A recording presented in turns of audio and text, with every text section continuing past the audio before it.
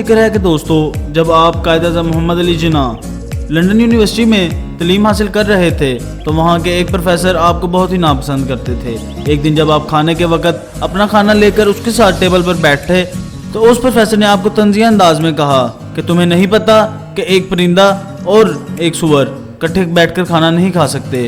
تو قائد اعظم محمد علی جناح نے نہایت ہی احترام اور آرام سے جواب دیا کہ پریشان نہ ہوں، I should fly to another table، یعنی کہ میں اڑ کر کسی اور ٹیبل پر چلا جاتا ہوں۔ تو پروفیسر کو جناح کی اس حاضر جوابی پر بہت غصہ آیا تو اس نے بدلہ لینے کا سوچ لیا۔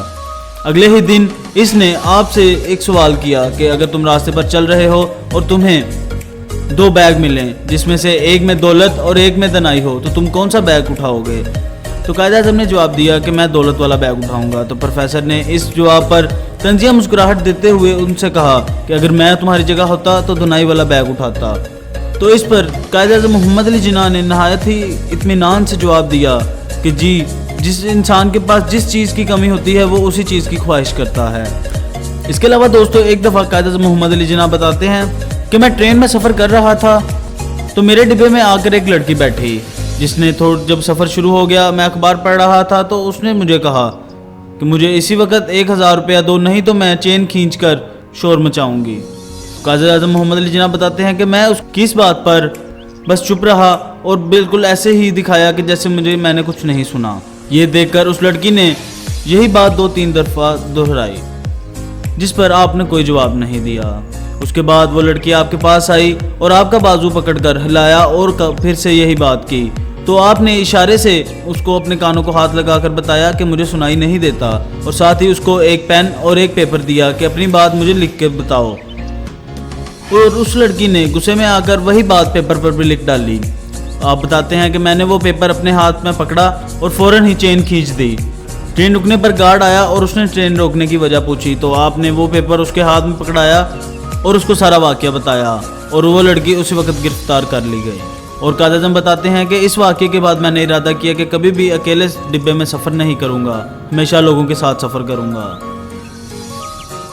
اس کے علاوہ ایک دفعہ کا ذکر ہے کہ آپ رات کے وقت اپنے ڈرائیور کے ہمراہ کہیں جا رہے تھے تو ایک عورت نے آپ سے لفٹ مانگی۔ رات کا وقت تھا اور لوکل سواری بھی میسر نہ تھی۔ اس وقت کے حالات کو سمجھتے ہوئے آپ نے اس عورت کو اپنے ساتھ سفر کرنے کی اجازت دے دی۔ جب وہ آپ کے ہمراہ اپنے مقام تک پہنچی تو گاڑی سے اترتے ہی اس نے شور مچانا شروع کر دیا کہ آپ نے اس کے ساتھ زبردستی کی ہے۔ اس وقت کافی لوگ آپ کے خلاف بھی تھے تو آپ گاڑی سے اترے اور آپ نے لوگوں کے سامنے اپنی سگریٹ کو ہلایا اور اس کے اوپر سے ایش یعنی کہ سوا کو گرا دیا، اور آپ نے لوگوں کو کہا کہ یہ دیکھو، اگر میں نے اس کے ساتھ کچھ زبردستی کرنے کی کوشش کی ہوتی تو یہ سوا ابھی تک سگریٹ کے اوپر نہ ہوتی بلکہ کافی دیر کی گر گئی ہوتی۔ اور اس طرح اپنے حاضر دماغ کا استعمال کر آپ نے اس معاملے کو بھی سنبھالا۔ جہاں ہم آپ محمد علی جناح کے بارے میں بات کر رہے ہیں تو وہاں پر آپ کے وکالت کے اصولوں کو کیسے پیچھے چھوڑا جا سکتا ہے؟ آپ اپنی وکالت کے اصولوں کے لیے تو بہت مشہور تھے۔ ایک دفعہ کا ذکر ہے کہ ایک آدمی آپ کے پاس ایک مقدمہ لے کر آیا اور آپ کو کہا کہ آپ میرا کیس لڑیں، تو آپ نے کیس لڑنے کے لیے ہاں کر دی، لیکن اس کو اپنی شرط بتائی کہ میں پیسے کیس کے حساب سے نہیں بلکہ اپنے دن کے حساب سے لیتا ہوں۔ تو اس نے پوچھا کہ آپ کے کتنے پیسے ہوں گے؟ تو آپ نے بتایا کہ ہر پیشی پر 500 روپیہ صرف۔ اس آدمی نے اس وقت اپنے پاس سے 5000 روپیہ دیا اور کہا کہ اب بھی صرف میرے پاس ہی 5000 ہے، آپ یہ رکھ لیں اور میرا کیس لڑیں۔ تو آپ نے وہ لینے سے انکار کر دیا اور آپ نے کہا کہ اگر تمہارا کیس لمبا چلا تو یہ فیس میرے لیے کم ہوگی۔ خیر قصہ مختصر، اس کے بعد آپ وہ کیس تو لے لیا اور 3 ہی پیشیوں میں اس کا فیصلہ کر دیا، اور اس کے بعد آپ نے اپنی فیس کے صرف اور صرف